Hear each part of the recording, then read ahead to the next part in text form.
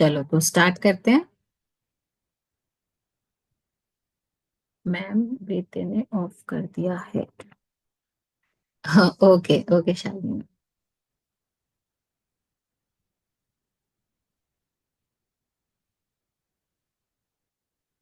चलिए, आज हम बात करने वाले हैं डाइजेस्टिव हेल्थ पे, which is very important for our lifestyle, for our weight loss journey, for our good health. हर चीज के लिए बहुत इंपॉर्टेंट है, क्योंकि जो सबसे पहले जो चीज शुरू होती है वो होता है हमारा फूड का डाइजेशन। उसके बाद पूरी बॉडी में सारी चीजें होना शुरू होती हैं। तो इसको ना स्टेप बाय स्टेप समझेंगे, बहुत ज्यादा डिफिकल्ट लेके नहीं जाएंगे, बहुत ज्यादा जैसे कहते हैं ना कि समझ में ना आए, इजी वे में सारी चीजों को समझेंगे, समझ में आ जाए। प्लस प्रोसीजर क्या क्या रहता है उन चीजों पर ध्यान देंगे। डाइजेस्टिव हेल्थ है क्या? डाइजेस्टिव हेल्थ क्या है? डाइजेस्टिव हेल्थ ना, काम जो भी आप खाते हो, जो भी आप खाते हो, कुछ भी छोटा बड़ा, हैवी लाइट, कुछ भी, फ्रूट्स, खाना, फूड, दाल सब्जी रोटी, समोसे गोलगप्पे पिज्जा बर्गर, जो भी आप खाते हो, उस सब को पचाने की जो क्रिया है, जो आपका शरीर पचाता है, उसको डाइजेस्टिव डाइजेशन कहते हैं। ठीक है, अब वो डाइजेशन शुरू कहाँ से होता है? कहाँ से शुरू होता है, कौन बताएगा?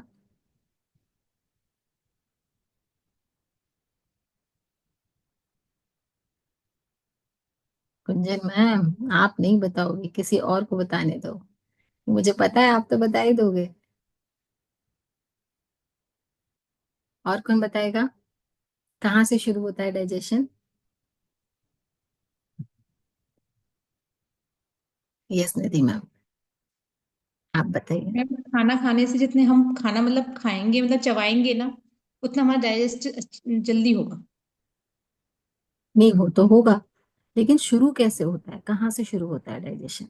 खाना देखने से ही होता है। खाना देखने से शुरू होता है, वेरी गुड। और कोई बताना चाहेगा? और कोई अपना सहयोग प्रदान करना चाहेगा? चलो गुंजन मैम, अब आप बताओ। मैम, हमारे मुंह में जाने से, च्युइंग करने से डाइजेस्टिव हेल्थ स्टार्ट हो जाती है, क्योंकि जो सलाइवा बनता है उसके थ्रू वो हमारे इंटेस्टाइन में जाते हुए, उसको पचाते हुए वो पास आउट होता है। बिल्कुल, वेरी गुड, दोनों का आंसर बिल्कुल सही था। उससे भी पहले देखिए, हम निधि मैम ने बोला कि देखने से शुरू होता है ना? बिल्कुल, ये भी चीज सही है कि पहले हम किसी चीज को, जो हमारे सामने कोई भी प्लेट आती है, कुछ भी खाना आता है, तो वो उसको हम सबसे पहले, खाने से भी पहले, छूने से भी पहले देखते हैं आंखों से। परफेक्ट। अगर कोई बोरिंग सा भी खाना, जिस जो शायद टेस्टी भी नहीं है, लेकिन उसकी प्लेटिंग बहुत अच्छे से की गई है, उसको आपके सामने प्रेजेंट बहुत अच्छे से किया गया है, तो आपको उसको खाने का मन करेगा। और कोई बहुत ही टेस्टी सा खाना बहुत गंदे तरीके से आपके सामने रखा गया है, उसकी प्लेटिंग पे बिल्कुल ध्यान नहीं दिया गया, ऐसे ही बस प्लेट में यूं उल्टा सीधा डाल के आपको दे दिया है, तो वो बहुत टेस्टी होने के बाद भी आपको खाने का मन नहीं करेगा। होता है ना? तो जो हमारा डाइजेशन का प्रोसेस है, वो शुरू होता है सबसे पहले हमारी आंखों से। जो हमें देखने में अच्छा लगता है वो हमारे खाने का मन करता है। आंखों से देखते हैं, फिर माइंड आपको बोलता है कि ये आपको खाना है या नहीं खाना है, ये टेस्टी है या टेस्टी नहीं है। तो पहले आंखों से, फिर माइंड से, क्योंकि जब हम देखते हैं माइंड आपको बोलता है कि वाह ये बहुत टेस्टी है, फिर आपके मुंह में ना पानी आने लगता है। जब हम कोई टेस्टी सी चीज देखते हैं तो मुंह में पानी आता है, यानी कि आपका डाइजेशन देखने के साथ आपके माइंड से पहले शुरू हो जाता है, खाने से पहले ही डाइजेशन शुरू हो जाता है। आपके मुंह में पानी आ गया, यानी कि सलाइवा जनरेट हो गया, इसका मतलब आपका डाइजेशन का प्रोसेस खाने से पहले ही शुरू हो गया। तो हमें किसी भी खाने को बहुत अच्छा प्रेजेंट करके खाओ, तो जिससे आपको खाने का मन करे और आपका डाइजेशन पहले ही शुरू हो जाए। तो हमारा डाइजेशन मुंह में जाने से पहले हम आंखों से और माइंड से शुरू होता है। अभी हम समझेंगे कि अपने पहले आज के सेशन में कि हम अपने डाइजेस्टिव हेल्थ को इम्प्रूव कैसे करेंगे, पूरे डाइजेस्टिव सिस्टम को हैप्पी हैप्पी कैसे करेंगे।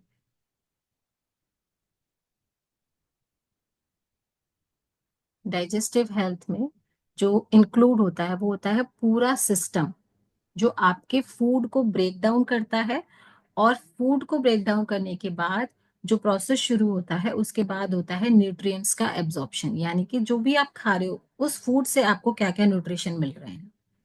पहले फूड जाएगा अंदर, वो कटेगा, टूटेगा, टुकड़ों में डिवाइड होगा, पहले मुंह से, फिर उससे भी छोटे छोटे टुकड़ों में अंदर जाके डिवाइड होगा। जैसे ही वो पूरा प्रोसेस में आएगा उसके बाद वो न्यूट्रिशन में कन्वर्ट होगा,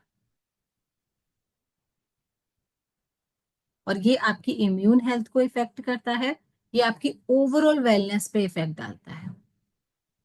इसकी क्या क्या इंपॉर्टेंस है? ये आपके डाइजेशन जो है वो पहले आपको एनर्जी देता है, आपकी इम्यून हेल्थ पर असर करता है, और फिर आपकी ओवरऑल वेलनेस पर काम करना शुरू करता है।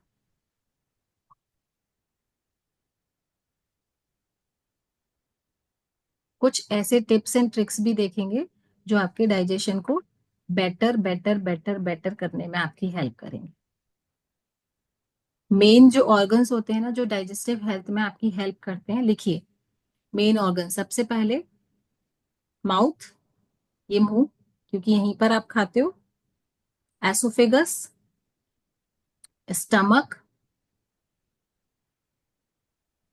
स्मॉल इंटेस्टाइन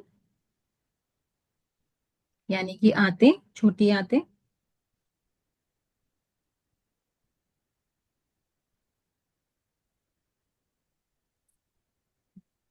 लार्ज इंटेस्टाइन यानी कि बड़ी आंतें,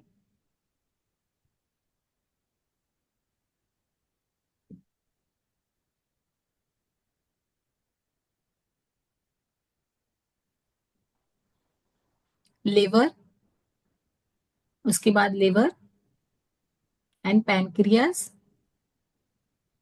एंड गॉल ब्लैडर। ये सारे मेन ऑर्गन्स हैं जो आपके डाइजेशन में काम करते हैं और हेल्प करते हैं हमारे फूड को डाइजेस्ट करने में, उसको न्यूट्रिएंट्स में कन्वर्ट करने में।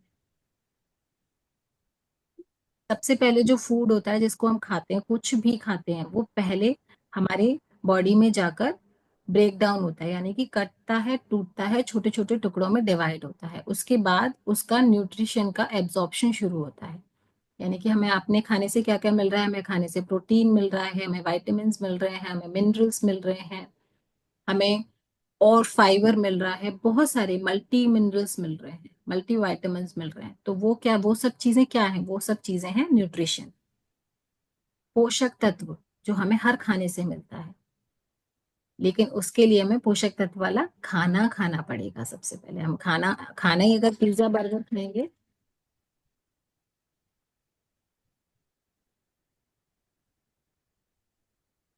Just a second.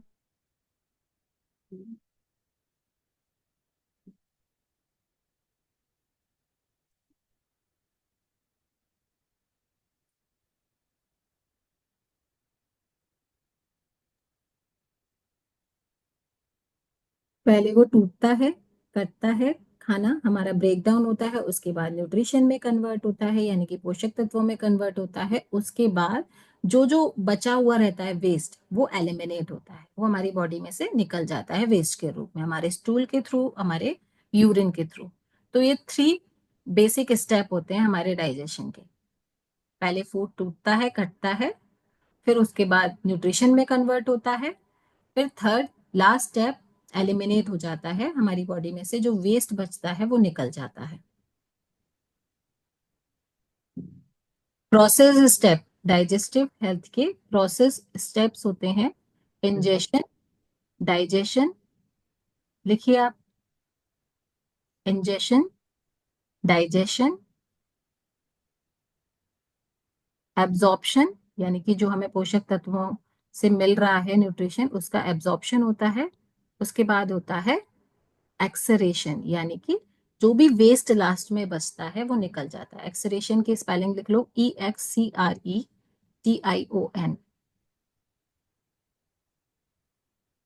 लास्ट में जो भी वेस्ट बचता है वो हमारे स्टूल के थ्रू, यूरिन के थ्रू पास आउट होता रहता है।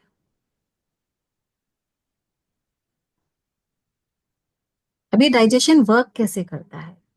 इस चीज को भी समझना बहुत इंपॉर्टेंट है कि डाइजेशन वर्क कैसे करता है हमारी बॉडी में। कई तरीकों से वर्क करता है। वो पहला है मैकेनिकल डाइजेशन। लिखिए, मैकेनिकल डाइजेशन जो शुरू होता है हमारे मुंह से, यानी कि हमारे दांतों की हेल्प से। फूड को हम सबसे पहले कैसे काटते हैं? दांतों से ही तो काटते हैं। इसको बोलते हैं chewing muscular movement. Chewing muscular movement, इसमें हमारे ये मुंह के मसल्स, दांत, ये दोनों इंक्लूड होते हैं। इसकी हेल्प से हमारा फूड को हम काटते हैं और ये डाइजेस्टिव हेल्थ के फिर नेक्स्ट स्टेप की तरफ जाता है। ये हो गया मैकेनिकल डाइजेशन। दूसरा आता है केमिकल डाइजेशन।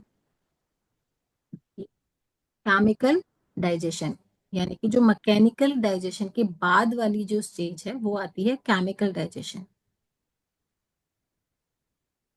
जब हमारा मुंह के थ्रू, हमारे दांतों के थ्रू, हमारे मसल्स के थ्रू है, उसके बाद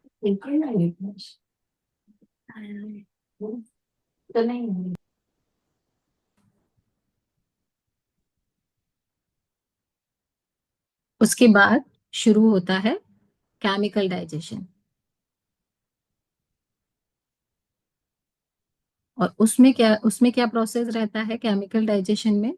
हमारे जितने भी एंजाइम्स होते हैं, एसिड होते हैं, वो फूड को न्यूट्रिएंट्स में कन्वर्ट करते हैं।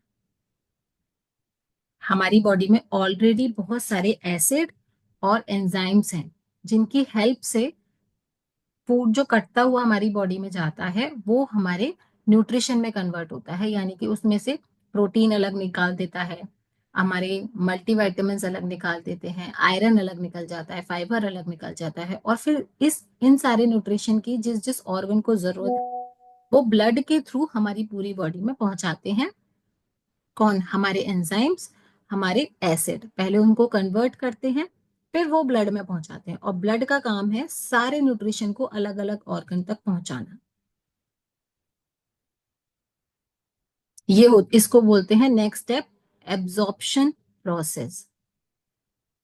एब्जॉर्प्शन प्रोसेस लिखिए, nutrient pass through the essential wall into the blood stream, यानी कि पहले वो न्यूट्रिशन में कन्वर्ट हुआ, उसके बाद ब्लड के थ्रू हमारे सारे ऑर्गन्स की तरफ बढ़ने लगा, धीरे धीरे धीरे धीरे धीरे धीरे। और जब जैसे हार्ट को जरूरत है ओमेगा 3 की, हार्ट को ओमेगा 3 पहुंचा दिया, ब्लड को आयरन की जरूरत है, ब्लड को आयरन मिल गया, हमारे इंटेस्टाइन को फाइबर की जरूरत है, वहां फाइबर रह गया, आंखों को विटामिन ए की जरूरत है, आंखों तक विटामिन ए को पहुंचा दिया, हमारी स्किन को किस चीज की जरूरत होती है बताइए? स्किन को किस चीज की जरूरत होती है? अच्छे हाइड्रेशन की। और स्किन बूस्टर से जो मिनरल्स मिलते हैं, हाइड्रेट से जो मिनरल्स मिलते हैं उनकी जरूरत होती है। यस, कोलेजन की। वेरी गुड श्वेता मैम, यही मुझे सुनना था। हमारी स्किन को जरूरत होती है कोलेजन की, तो जो जिस फूड के थ्रू हमें स्किन बूस्टर के थ्रू कोलेजन मिल रहा है तो वो हमारी स्किन तक पहुंचा दिया। ब्लड का काम होता है ये सारे न्यूट्रिशन को उनके ऑर्गन्स तक पहुंचाना। और जब वो ये वाला प्रोसेस कंप्लीट हो जाता है उसके बाद जो वेस्ट बचता है, जो कचरा बचता है खाने पीने से, वो वेस्ट हमारे बड़ी इंटेस्टाइन के थ्रू पास होता हुआ हमारे स्टूल के थ्रू निकल जाता है। उसके बाद आता है, लिखिए, few science of good digestion. Few science of good digestion और डाइजेस्टिव हेल्थ, दोनों तरीके से आप लिख सकते हो। कुछ ऐसे साइन जो डाइजेस्टिव हेल्थ की में कैसे वो अच्छी है उसको पहचानने में आपकी हेल्प करेगा।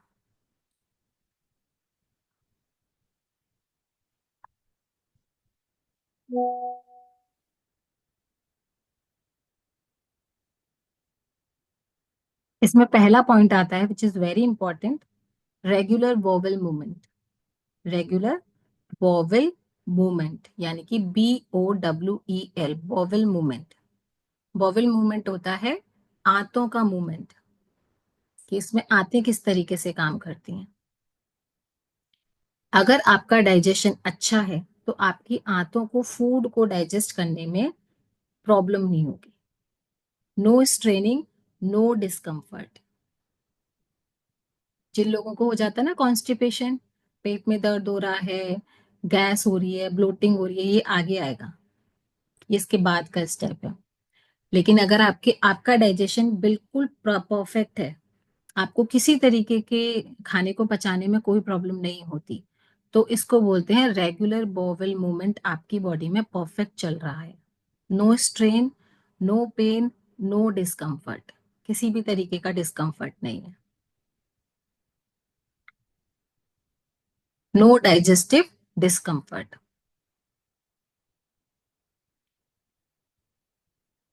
और अगर किसी भी तरीके का डाइजेशन आपका वीक है तो इसके साथ प्रॉब्लम्स आती हैं, जैसे मिनिमल गैस बनना शुरू होता है, आपको ब्लोटिंग होना शुरू होता है, या जलन होने लगती है। फील करते हो हार्ट में जलन होने लगती है, स्टमक में जलन होने लगती है, हार्ट बर्न जिसे बोलते हैं। उसके बाद आता है एनर्जी लेवल। लिखो, एनर्जी लेवल। कुछ भी बीच में कोई भी कंफ्यूजन हो, हैंड रेस करके पूछना जरूर, या फिर सेशन के बाद पूछना, जैसे भी हो, क्योंकि हमें ना पूछना बहुत जरूरी है। अगर हम नहीं पूछेंगे, समझेंगे नहीं, तो हम चीजों को केवल लिखना नहीं है, हमें चीजों को समझना है। और जिस दिन हम समझ के करेंगे तो हमें अपनी लाइफ टाइम फिट रहने में कभी कोई प्रॉब्लम नहीं आएगी। Yes Gunjan ma'am. मैम आपने सेकंड स्टेप क्या बताया था? सेकंड वो साइन, गुड, हाँ साइन। गुड साइन में सेकंड स्टेप, पहला था हमारा रेगुलर बॉवल मूवमेंट, एंड दूसरा था हमारा नो डाइजेस्टिव डिस्कम्फर्ट, यानी कि किसी भी तरीके के डाइजेशन में आपको डिस्कम्फर्ट नहीं है। तो उस नो डाइजेस्टिव डिस्कम्फर्ट में था minimal gas, bloating, heart burning, ये सारे प्रॉब्लम्स हमें होते हैं अगर हमारा डाइजेस्टिव हेल्थ वीक होता है, डाइजेशन किसी भी तरीके से परफेक्ट नहीं होता। तो इसके बाद आता है एनर्जी लेवल। अगर आपका डाइजेशन बिल्कुल परफेक्ट है, आपको कोई भी प्रॉब्लम नहीं हो रही, तो आपका जो फूड है, जो एंजाइम्स और एसिड हैं जो न्यूट्रिशन में कन्वर्ट कर रहे हैं फूड को, वो आपके एनर्जी लेवल को बहुत अच्छा रखेंगे, क्योंकि सारे न्यूट्रिशन आपके सारे ऑर्गन्स में बहुत परफेक्टली रन कर रहे हैं, पहुंच रहे हैं, डेली बेसिस पे उन्हें सारी जरूरतें उनकी पूरी हो रही हैं, तो आपकी एनर्जी बहुत अच्छी हो जाएगी। आप सबने फील भी किया होगा, जब हम शेक लेना शुरू करते हैं स्टार्टिंग में, या फिर आप इस तरीकों को इसको ऐसे समझो एग्जाम्पल के साथ, जिस दिन आप डिटॉक्स करते हो, डिटॉक्स तो सबने किया है ना, डिटॉक्स प्रोसेस, जिस दिन आप डिटॉक्स करते हो उस दिन आपकी एनर्जी कितनी अच्छी रहती है। क्यों रहती है? क्योंकि उस दिन आप कुछ भी अनाप शनाप उल्टा सीधा नहीं खाते, और आपकी बॉडी में से ना सारे टॉक्सिन्स बाहर निकल रहे होते हैं। उस दिन आप लिक्विड डाइट लेते हो, प्लस प्रोटीन बहुत अच्छा लेते हो, फाइबर बहुत अच्छा लेते हो, तो उस दिन आपका एनर्जी बहुत अच्छा रहता है, सेकेंड डे भी। तो हमें क्या करना है, पहले अपनी हेल्थ को पहचानना है, ये समझना है कि हमारी बॉडी को, हमारे सारे ऑर्गन्स को किस किस न्यूट्रिशन की जरूरत है। जब उसके अकॉर्डिंग हम खाना पीना शुरू कर लेते हैं तो डाइजेस्टिव हेल्थ अपने आप धीरे धीरे ठीक होने लगती है, आपका एनर्जी लेवल यहाँ से यहाँ होने लगता है, और आप फील भी करते हैं शेक लेने के बाद आपको एनर्जी लेवल बढ़ने लगता है। आप बोलते हो ना, मैडम अब तो थकान नहीं होती, पैरों में दर्द बंद हो गया है जब से शेक शुरू किया है, तो फालतू जो फैट है, वेस्ट जो फैट है वो घटने लगता है, एनर्जी बढ़ने लगती है, मसल्स अच्छे होने लगते हैं। अब नेक्स्ट में आप लिखिए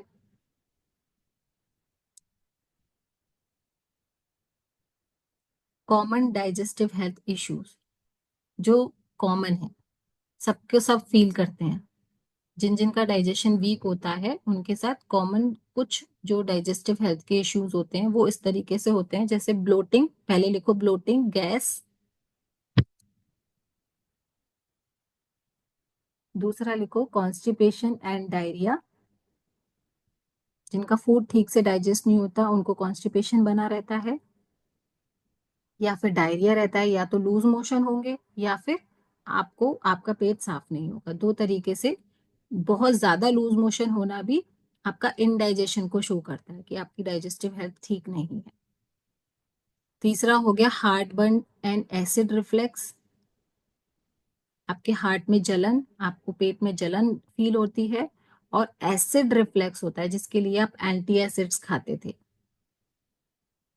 जब डॉक्टर मेडिसिन देते हैं ना, तो उसके साथ एंटी एसिड देते हैं। क्यों? क्योंकि जो हमारी मेडिसिन हैं वो हमारी बॉडी में एसिड को बनाती हैं, और फिर जब एसिड बनता है तो फिर आप एंटी एसिड खाते हो, यानी कि आपका डाइजेशन ठीक नहीं है, इसीलिए आपको एंटी एसिड, एम्प्टी स्टमक, खाली पेट एसिड की टैबलेट्स खानी पड़ती हैं। तो हो गया heart burn and acid reflex. Next हो गया फूड सेंसिटिविटीज एंड एलर्जीज। यानी कि फूड सेंसिटिविटीज क्या होती हैं? किसी किसी फूड को, कोई कोई फूड हर किसी को सूट नहीं करता। आपने फील किया होगा, किसी को अरहर की दाल सूट नहीं करती, किसी को उड़द की दाल सूट नहीं करती, होता है ना। किसी को मसालेदार खाना सूट नहीं करता, मिर्ची मिर्ची सूट नहीं करती। किसी किसी को गेहूं के आटे से ग्लूटेन एलर्जी होती है, होता है ना, सुना है, बड़ा आजकल फेमस हो रहा है, हमें तो ग्लूटेन एलर्जी है। हमें तो किसी किसी को डेयरी प्रोडक्ट्स के से एलर्जी होती है, किसी किसी को चॉकलेट की एलर्जी होती है। तो ये सब क्या होती है? फूड एलर्जीज होती हैं, सेंसिटिविटीज होती हैं, जो हर किसी की बॉडी में डिफरेंट डिफरेंट होती है। यस रीता मैम, अनम्यूट कीजिए। राधे राधे मैम। मैम पहले हम भी अरहर की दाल नहीं खा पाते थे, लेकिन अब खा लेते हैं। पहले चटनी से, अचार या फिर आलू से खाते थे जब वो बनती थी अरहर की दाल। अभी आपका डाइजेशन अच्छा हो गया है, आपको अब खा लेते स्टमक को अरहर की दाल पचाने की शक्ति मिल गई। पहले आपका डाइजेशन वीक था तो आप अरहर की दाल नहीं खा पाते थे। तो इसी को बोलते हैं, जैसे अभी रीता मैम ने बोला कि वो पहले नहीं खा पाते थे अरहर की दाल, इसको बोलते हैं फूड सेंसिटिविटी, यानी कि उनको अरहर की दाल से एलर्जी थी। मैम पहले तो हम जरा भी नहीं खा पाते थे, अब तो हम सही मात्रा में खा लेते हैं। चलो वेरी गुड। तो अपने आप को ऐसे ही हेल्दी रखना है। और हमें जब तक आप वेट लॉस कर रहे हो, फैट लॉस कर रहे हो, तब तक तो आप अनहेल्दी चीजों का, अनहेल्दी मीन्स जो हाई कैलोरी वाली चीजें होती हैं उनका परहेज करना ही है। लेकिन उसके बाद आपका डाइजेशन ऐसा होना चाहिए कि आप कभी भी कुछ भी खाओ तो उसको डाइजेस्ट करने में आपको प्रॉब्लम ना हो, आपके स्टमक में सब कुछ डाइजेस्ट हो जाए। आप समोसे खाओ, आप कचौरियां खाओ, क्योंकि लाइफ टाइम हम इन्हें छोड़ नहीं सकते। अभी तो आप वेट कम कर रहे हो इसीलिए आपने छोड़ा हुआ है, लेकिन एक बार जब आप मेंटेन करोगे, आप अपने आइडल वेट पर आओगे, तो सब कुछ खाना शुरू करोगे ना। ऐसा नहीं कि रोज रोज खाना है, रोज खाओगे तो फिर बढ़ जाएगा वेट। लेकिन कभी कभी तो हम सारी चीजें खाते ही हैं, तो वो कभी कभी खाने में भी हमको डाइजेशन में कोई प्रॉब्लम नहीं होनी चाहिए। जब हमारा डाइजेशन परफेक्ट होगा तो आप कुछ भी खाओगे ना, वो भी डाइजेस्ट हो जाएगा। तो नेक्स्ट हमारा पॉइंट था फूड सेंसिटिविटी एंड एलर्जी। इसके बाद होता है इरिटेबल बॉवल सिस्टम, यानी कि बॉवल मीन्स हमारी आंतें। तो इरिटेबल बॉवल सिस्टम को बोलते हैं, यानी कि आपकी आंतों को जो इरिटेट कर रहा है, यानी कि आपकी आंतें इतनी परफेक्टली आपके फूड को डाइजेस्ट नहीं कर पा रही। आईबीएस बोलते हैं इसको, इरिटेबल बॉवल सिस्टम, आईबीएस। तो हमारा डाइजेशन जब खराब होता है तो हमारी आंतों में इफेक्ट आने लगता है। हमारी आंतों की जो कैपेसिटी है फूड को डाइजेस्ट करने की, हमारा लास्ट प्रोसेस तक फूड को वेस्ट तक पहुंचाने की, वो फिर बहुत स्लो होता है। और जब वो स्लो होता है तो आपको ये सारी प्रॉब्लम प्रॉब्लम होती है, gas, acidity, bloating, heart burning, acid reflux, ये सारी प्रॉब्लम्स होना शुरू हो जाती हैं।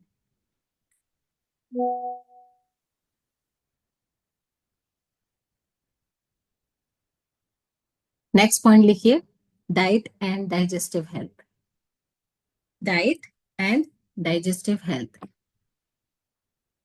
क्या क्या चीजें आपको इंक्लूड करनी है, मतलब डाइट आपको कैसी रखनी है। सबसे पहले लिखो, फाइबर रिच फूड हमको खाना है। Fibre rich food, benefits of soluble and insoluble fibre, जो हमें मिलते हैं फ्रूट से, वेजिटेबल्स से, एंड होल ग्रेन से जो हमें फाइबर मिलता है वो फ्रूट्स के थ्रू मिलता है, वेजिटेबल्स के थ्रू मिलता है, और आजकल सर्दियों में बहुत अच्छी सब्जियां आ रही हैं, तो सारी सब्जियां खाओ तो आपको मैक्सिमम मिनरल्स और फाइबर्स मिल सकें। और जो होल ग्रेन्स जो खाते हैं ना, हम स्प्राउट्स खाते हैं, चना, राजमा, चिकपी यानी कि छोले जो होते हैं, लोबिया, मूंग, मोठ, रमास, ये सब होते हैं हमारे होल ग्रेन्स। इनसे हमें बहुत अच्छी मात्रा में फाइबर मिलता है। तो हमें ऐसे फूड आइटम चूज करने हैं अपने खाने में जिनसे हमें फाइबर अच्छा मिले। एक फाइबर आप लेते हो टैबलेट के रूप में एक्टिवेटेड फाइबर, दूसरा फाइबर आप लेते हो fibre complex, active fibre complex जो अपने शेक में डाल के लेते हो। तीसरा फाइबर आपको अपने फूड में देखना है कि आपके किस किस फूड आइटम में मैक्सिमम फाइबर है। इसके लिए आपको फ्रूट्स ऐड करने हैं, वेजिटेबल्स ज्यादा से ज्यादा ऐड करनी है, और होल ग्रेन्स ऐड करने हैं। वेजिटेबल्स, फ्रूट्स का, अगर आप फ्रूट्स का जूस बना रहे हो तो जूस नहीं बनाना है, फ्रूट्स खाने हैं। क्योंकि जब आप जूस बनाते हो ना, तो जो वेस्ट निकलता है ना, उसी में ही फाइबर होता है। जैसे आपने ऑरेंज का जूस बनाया तो उसका जो गूदा बचा वही फाइबर है। जूस के अंदर तो केवल शुगर है, शुगर, और कुछ आपको मिनरल्स मिल जाएंगे, कुछ न्यूट्रिशन मिल जाएंगे, लेकिन फाइबर तो आपने सारा निकाल दिया, वो आपने गाय को डाल दिया। तो गाय गाय का डाइजेशन बहुत अच्छा हो गया, आपका डाइजेशन वीक हो गया। हमें क्या करना है, जूसेस नहीं पीने हैं। पहली बात, मार्केट के जूसेस तो पीने ही नहीं है, और घर में भी आप अपने हाथ से जूस निकाल के नहीं पियोगे, फ्रूट्स खाओगे। ऐसे ही वेजिटेबल्स में होता है। जब हम वेजिटेबल्स, देखिए कच्चा तो कोई नहीं खा सकता है, हम सौते करके खाते हैं, विच इज वेरी गुड। आप सौते वेजिटेबल्स खाओ, दाल सब्जियों में ज्यादा से ज्यादा सब्जियां डाल के खाओ। जैसे आप दालें बना रहे हो तो इस समय ना पत्तेदार सब्जियां, हरी ग्रीन लीफी वेजिटेबल्स बहुत अच्छी आ रही हैं। आप धनिया ज्यादा डालो, आप मेथी यूज करो, आप बथुआ यूज करो, दालों में डालो उनको।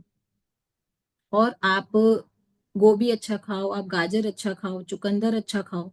अगर आप इन सबका सूप बना रहे हो, ध्यान से सुनना, हम मिक्स वेजिटेबल सूप बनाते हैं, हम टमाटो सूप बनाते हैं, हम गाजर, चुकंदर, टमाटर का मिक्स करके सूप बनाते हैं, उसमें पालक भी ऐड करते हैं। आप उनको बॉईल करते हो, उनको मैश करते हो, फिर उनको छान लेते हो।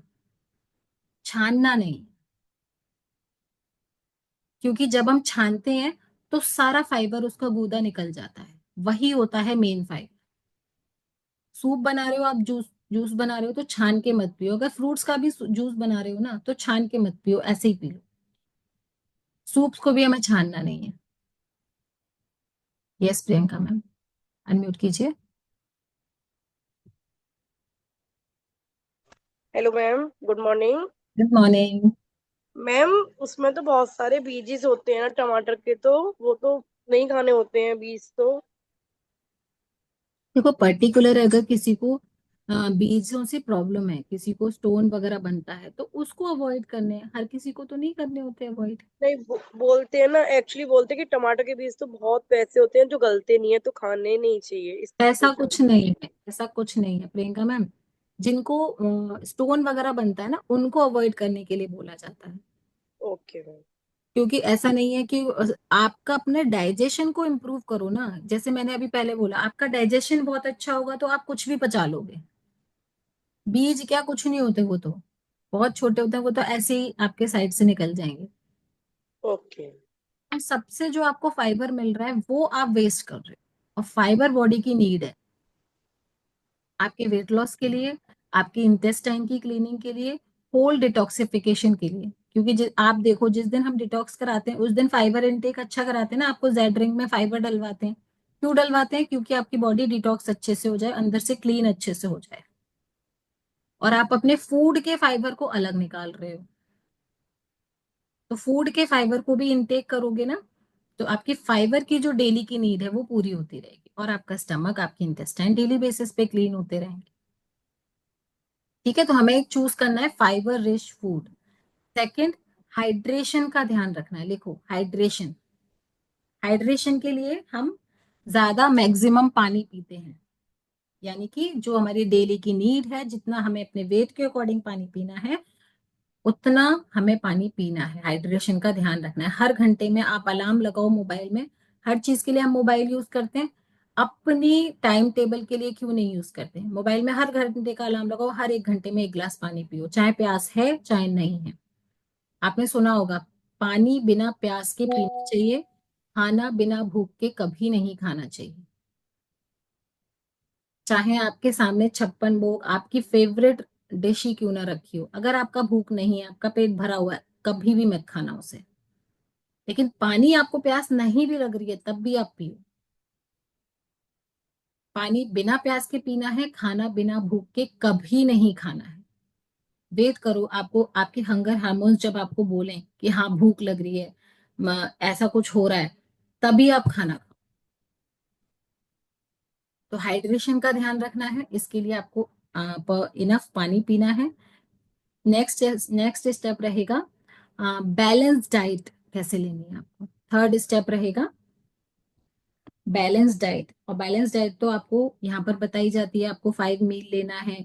5 मील में आपको फर्स्ट मील आपका शेक रहेगा, फिर मिड मॉर्निंग स्नैक्स रहेगा, फिर आपका लंच रहेगा, इवनिंग स्नैक रहेगा, फिर डिनर में शेक रहेगा। इन सब में भरपूर मात्रा में न्यूट्रिशन होनी चाहिए, एम्फसाइजिंग न्यूट्रिशन होने चाहिए, जो रिच हो प्रोटीन से, फाइबर से, विटामिन से, मिनरल से।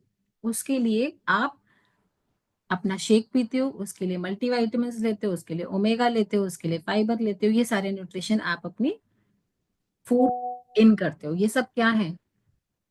ये सब है हमारा खाना, क्योंकि ये सब हमें हमारे खाने में नहीं मिल रहा है। हमारे हम खाने में हमें प्रोटीन नहीं मिल रहा है, इसलिए हम शेक पीते हैं।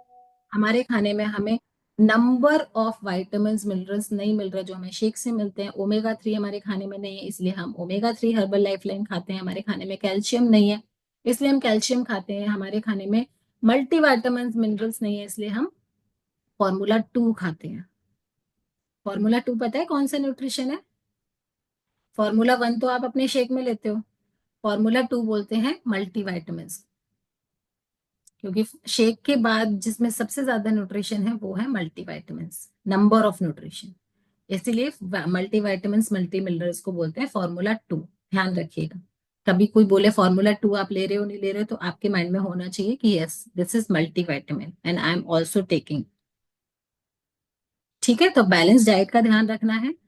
नेक्स्ट आता है प्रोबायोटिक्स, कि आपके फूड में प्रोबायोटिक्स है या नहीं।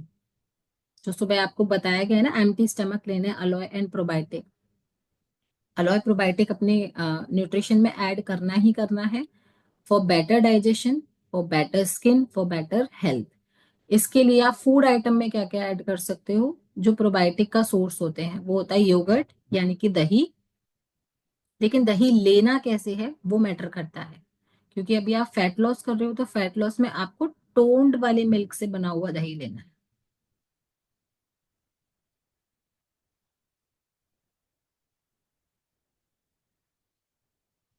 ओके, ये हमारे गट हेल्थ को, गट फ्लोरा को बैलेंस करने में, बेस्ट करने में हेल्प करता है प्रोबायोटिक्स जो होते हैं।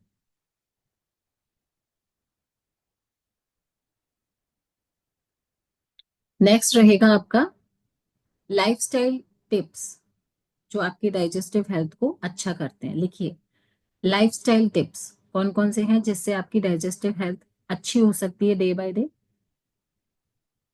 जो कि हम काफी टाइम आपको बताते भी हैं, लेकिन इनको लिखना और स्टेप बाय स्टेप समझना बहुत जरूरी है। सबसे पहले, आप जो भी खा रहे हैं, ईट स्लोली एंड च्यू प्रॉपरली। धीरे खाइए और प्रॉपर चबा चबा कर खाइए। ये जब हम स्लोली खाते हैं और प्रॉपर च्यू करके खाते हैं अपने पूरे खाने को, तो ये रिड्यूस करता है हमारी ब्लोटिंग को, गैस को, और हमारी न्यूट्रिशन के एब्जॉर्प्शन पावर को बढ़ा देता है। क्योंकि जैसे आपने अपने पुराने पेरेंट्स से या फिर अपने ग्रैंड पेरेंट्स से, बड़े बुजुर्गों से घर में सुना होगा कि अगर दांतों से अच्छे से नहीं चबाओगे तो वो काम आपकी आंतों को करना पड़ेगा। इसीलिए दांतों का काम आंतों को मत करने दो। दांतों का काम दांतों से करवाओ, उसके बाद आंतों का काम शुरू होता है। और दांतों से आप उनका प्रॉपर काम नहीं करोगे तो वो सारा काम आंतों को करना पड़ेगा, और आंतों को एक्स्ट्रा एफर्ट लगाने पड़ेंगे, तो आपका खाना देर से पचेगा। देर से पचेगा तो आपको गैस होगी, ब्लोटिंग होगी, एसिडिटी होगी।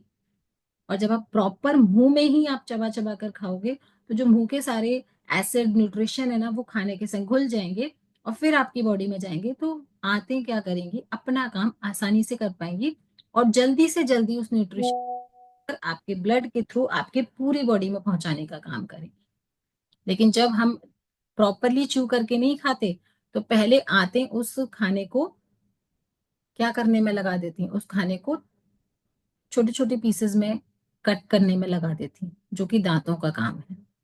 तो फर्स्ट स्टेप है eat slowly and chew properly and thoroughly. Next आता है अवॉइड ओवर ईटिंग। लिखिए, कभी भी ओवर ईटिंग नहीं करनी है, चाहे आपके सामने आपका कितना भी फेवरेट फूड क्यों ना हो। आपका पेट भर चुका है, आपके पेट ने आपको इंस्ट्रक्शन दे दिया है कि नाउ आई एम फुलफिल, तो उसके बाद आपको ओवर ईटिंग नहीं करनी है। जब आप ओवर ईटिंग नहीं करते हो ना, तो आपका स्ट्रेस लेवल खराब नहीं होता, यानी कि आपको स्ट्रेस नहीं होता, क्योंकि जब भी हम ओवर ईटिंग करते हैं ना, तो हमारा स्ट्रेस बढ़ता है डाइजेस्टिव सिस्टम के ऊपर। ये तो वही बात हो गई ना कि भाई एक कैपेसिटी है, जैसे मिक्सर जार में आप कुछ भी पीस रहे हो, अगर आप उसको टॉप लेवल तक भर दोगे तो क्या वो अपना काम कर पाएगा? नहीं चलेगा ना। उसके लिए आपको ऊपर से खाली छोड़ना पड़ेगा उसको, तब वो पिसेगा अच्छे से। और जब आपने ऊपर से खाली छोड़ दिया तो डाइजेस्टिव सिस्टम का काम अच्छे से हो जाएगा। और आपने ऊपर तक टॉप तक भर दिया तो भाई ब्लेड्स को घूमने की जगह ही नहीं छोड़ी आपने, खाने को पचाने की जगह ही नहीं छोड़ी। तो हमें ओवर स्ट्रेस नहीं देना है अपने डाइजेस्टिव सिस्टम पर। नेक्स्ट रहेगा रेगुलर फिजिकल एक्टिविटी। लिखिए, रेगुलर फिजिकल एक्टिविटी।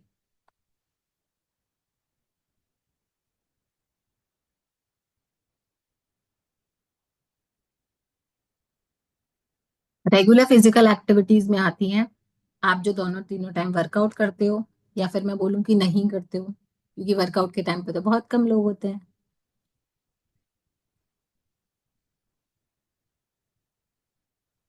और जब आप रेगुलर फिजिकल एक्टिविटीज करते हो ना, तो आपका कॉन्स्टिपेशन नहीं होता, आपका फूड अच्छे से कैलोरी बर्न होती है और आपका फैट रिड्यूस होता है, कॉन्स्टिपेशन का प्रॉब्लम नहीं होता, डाइजेशन अच्छा रहता है। इसलिए वर्कआउट ऐड करो, वॉक ऐड करो, और इसके अलावा घर में भी आप कुछ और फिजिकल एक्टिविटीज कर सकते हो। जैसे आपको खेलना पसंद है किसी भी तरीके का, जैसे बैडमिंटन खेलना पसंद है तो वो खेलो, साइकिलिंग करना पसंद है आप साइकिलिंग करो। उसमें शर्माने की जरूरत नहीं है भाई, आजकल तो फैशन है साइकिल चलाने का, वो आप कर सकते हो। तो हमें हमें ये सोचना, उसके तरीके निकालने पड़ेंगे हमें कि हमें फिजिकल एक्टिविटी किस तरीके से बढ़ानी है। घर के कामों में देखो आप कैसे फिजिकल एक्टिविटीज को कर सकते हो improve. And the next step, reduce stress. Regular physical activity के बाद reduce stress. Stress management technique बहुत जरूरी है।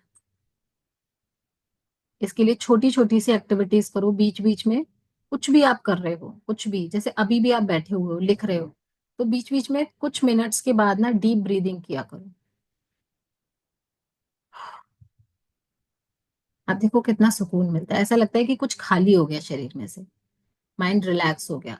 तो कुछ भी कर रहे हो, खाना बना रहे हो, किचन में काम कर रहे हो, या घर के और भी काम कर रहे हो, कुछ भी कर रहे हो, जैसे हम बीच बीच में वर्कआउट कराते हैं तो डीप ब्रीथ कराते हैं ना, तो यानी कि एक स्टेप के बाद आपको स्ट्रेस आया है, आप थक गए हो, तो डीप ब्रीथ करने से आपको रिलैक्स मिलता है, आपका माइंड दोबारा से एक्टिव होने के लिए तैयार हो जाता है। हमेशा अपने माइंड को एक्टिव रखो एंड माइंडफुलनेस वाली एक्टिविटीज करो। मेडिटेशन आप कर सकते हो, इसके लिए अंशु मैम की हमारी क्लासेस होती हैं, वो सिखाती हैं कि किस तरीके से हमें माइंडफुल ईटिंग करनी है या अपने माइंड को स्ट्रेस फ्री रखना है, स्ट्रेस मैनेजमेंट सिखाती हैं। और जब हमारा स्ट्रेस मैनेज रहता है तो डाइजेस्टिव डिस्कम्फर्ट नहीं होते हमें। इसका इसका पता है आप अपने रियल लाइफ से कैसे कनेक्ट कर सकते हो? फॉर एग्जाम्पल, किसी दिन आप पार्टी में जाते हो, लेट नाइट लौट कर आते हो, शादी पार्टी में जाते हो, तो उस दिन आपकी नींद पूरी नहीं होती, क्योंकि हम लेट सोते हैं। किसी दिन 12 बजे, 1 बजे, किसी दिन 2-2 बजे भी सोते हैं, जैसे कि कल हुआ था हम लोगों के साथ। तो जिस दिन हमारी नींद पूरी नहीं होती ना, उस दिन हमारा माइंड रिलैक्स नहीं होता। और जिस दिन हमारा माइंड रिलैक्स नहीं होता नींद पूरी ना होने की वजह से, उस दिन हमारा स्टमक डिस्टर्ब हो जाता है। उस दिन आप सुबह टाइम से फ्रेश नहीं हो पाते। होता है ना, डाइजेस्टिव हेल्थ हेल्थ हमारी इफेक्ट हो जाती है उससे। तो स्ट्रेस मैनेजमेंट बहुत जरूरी है। नेक्स्ट लिखेंगे हम, रेडी? आप लोग ना शेक भी रेडी कर लीजिएगा, इसके बाद हम शेक चीयर्स करेंगे। कुछ ऐसे फूड जो हमारे डाइजेस्टिव हेल्थ को ट्रिगर करते हैं, इफेक्ट डालते हैं उनपे, तो इनको आप लिखेंगे food that may trigger digestive issues. Food जो हमारे डाइजेस्टिव हेल्थ को इफेक्ट करते हैं या ट्रिगर करते हैं, कुछ किसी भी तरीके से आप लिख सकते हो। पहला लिखिए, हाई फैट फूड, यानी कि ऐसा खाना जिसमें हाई लेवल में फैट है, जिसमें फैट की क्वांटिटी ज्यादा है, जिसमें ऐसा फैट है जिसको डाइजेस्ट करने में हमें प्रॉब्लम होती है, हमारी डाइजेस्टिव हेल्थ को प्रॉब्लम होती है। और यही खाना रीजन बनता है हमारी ब्लोटिंग का, हमारे गैस का, हमारे इनडाइजेशन का। High fat food. Next, spicy food, तीखा खाना, तीखा मिर्चीदार मसालेदार खाना। मसाले यूज करने हैं तो अपने घर वाले जो बेसिक मसाले होते हैं, जिनमें हार्मफुल चीजें नहीं होती, जैसे रेड चिली, मैंने आपको बोला था रेड चिली यूज ना कर कर आप ग्रीन चिली यूज कर सकते हैं। आप खड़े मसालों का यूज करो।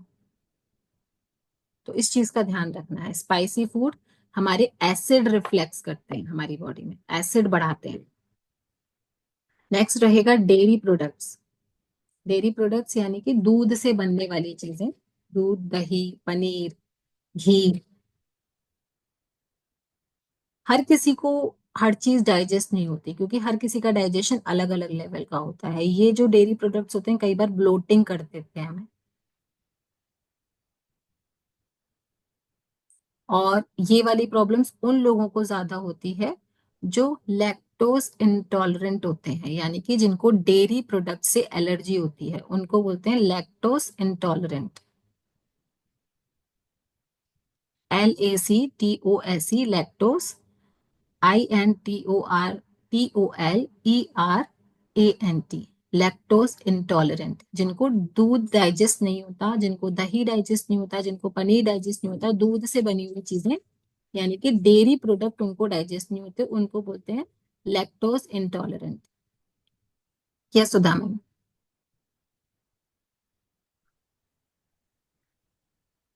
Good morning ma'am. मैम मेरे को है, मैं नहीं खा सकती हूँ कुछ ऐसा। दूध दही से बना हुआ कुछ भी नहीं खा सकती। दूध अगर जिस दिन पी लेती हूँ उस दिन सारी रात मतलब परेशान रहती हूँ। तो क्यों पीना है, जरूरत ही नहीं है। मैम लगता है कि कभी कभी थोड़ा सब कुछ खाना चाहिए लगता है, पर मैम नहीं ले पाती हूँ। देखिए सुधा मैम, यहाँ पर समझने वाली चीज ये, दूध कोई बहुत अच्छी चीज नहीं है, मतलब दूध कोई अमृत नहीं है जिसको पीना बहुत जरूरी है। आप इसका ना नेचुरल तरीके से समझो। जैसे दूध पीने की ना एक एज होती है। आप एनिमल्स को देखो, जैसे गाय है, गाय गाय का बछड़ा है, किस एज तक दूध पीता है? जितना जितनी उसकी हाँ एज। पर तो जिसके पास गाय होती है वो बछड़े को दूध पीने भी नहीं देती, है ना, बछड़े को दूध नहीं पीने देती ना, दूध पी हाँ वेस्ट हो जाएगा। तो गाय भैंसों को, एनिमल्स को देखो कि वो अपने बच्चों को किस एज तक दूध पिलाते हैं। जब तक वो भागने दौड़ने ना लग जाए, खेलने ना लग जाए, बस तब तक दूध पिलाते हैं। उसके बाद हमारी बॉडी को मिल्क प्रोडक्ट की जरूरत नहीं है।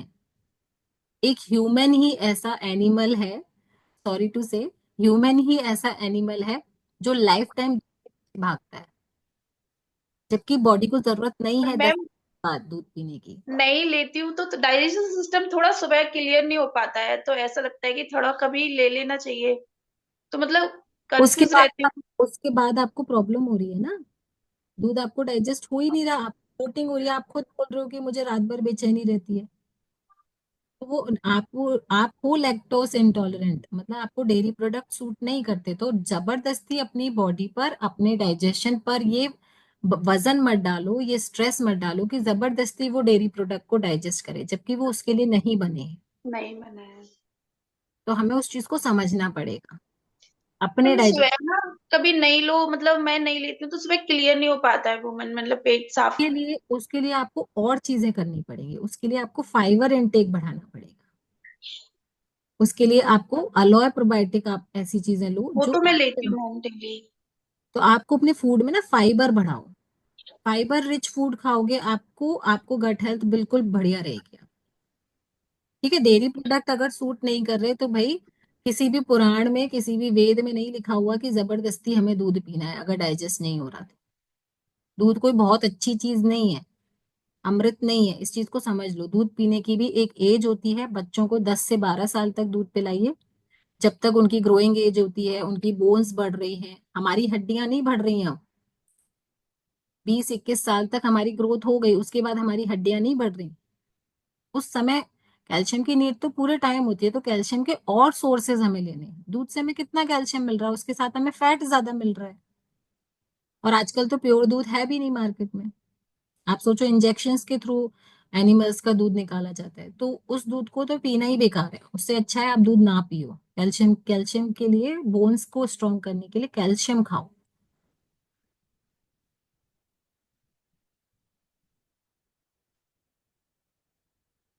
Yes Rita ma'am.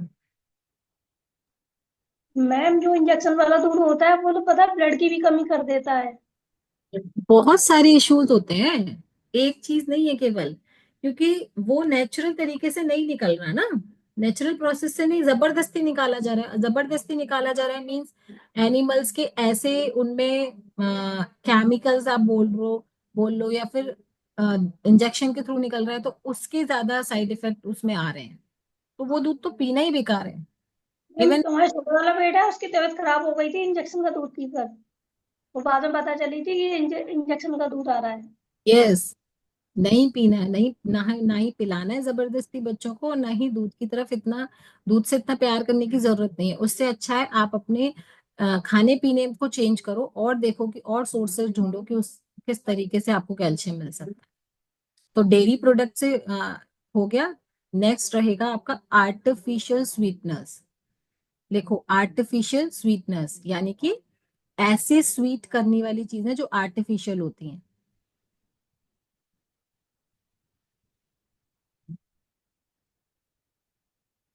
जैसे एसेंस आते हैं ना, जो चीजों को मीठा कर देते हैं, मार्केट में एसेंस आते हैं जो चीजों को मीठा करते हैं, उन उन एसेंस से बचना है हमें। शुगर का यूज कम से कम करना है।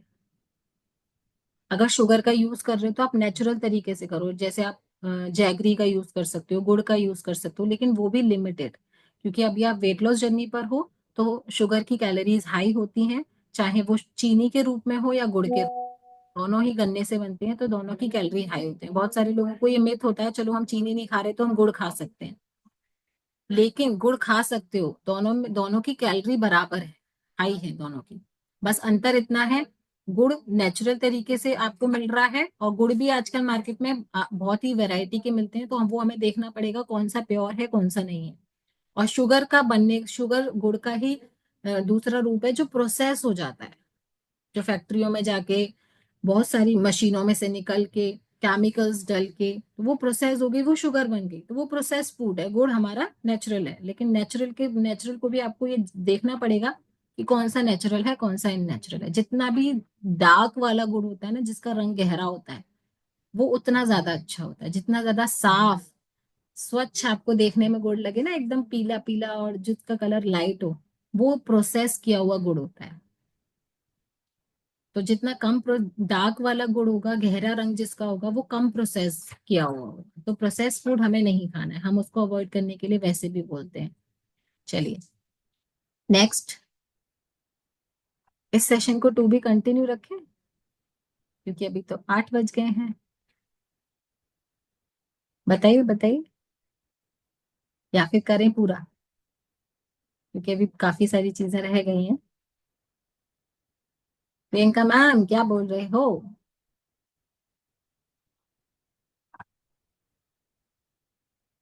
अच्छा, सारी चीजें आप लोगों ने नोट डाउन की हैं अच्छे से, सभी ने? राधिका मैम नोट डाउन किए हैं? तो इस सेशन को ना हम टू बी कंटिन्यू रखेंगे, क्योंकि अभी 8 बज गए हैं, तो अब इसमें हाफ एन आवर में भी और जा सकता है, क्योंकि डाइजेशन अपने आप में ही एक बहुत बहुत ही लार्ज टॉपिक है। तो आज हमने यहाँ तक कंप्लीट किया है, और आप सभी अब शेक लेकर आ जाओ जल्दी से। ऑलराइट, चलो शेक लेकर आ जाओ, शेक लेकर आ जाओ, शेक लेकर आ जाओ। चलो मैं भी शेक लेकर आती हूँ।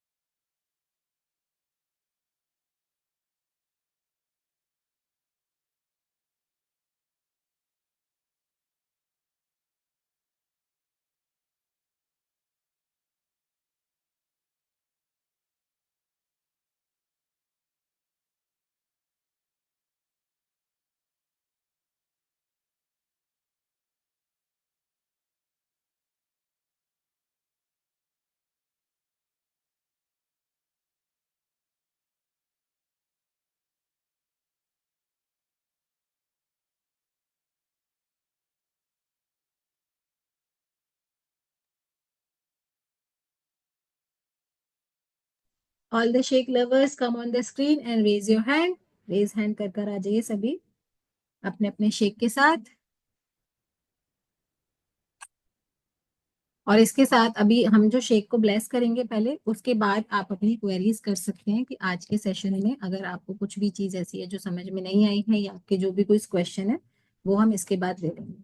तो केवल 2 लोग शेक चीज कर रहे हैं मेरे साथ, बाकी और सब कहाँ है? निधि मैम, बेबी मैम सब शेक बना रहे हैं। Okay, Anita ma'am, Shalini Goyal ma'am, Tanya ma'am camera on करो।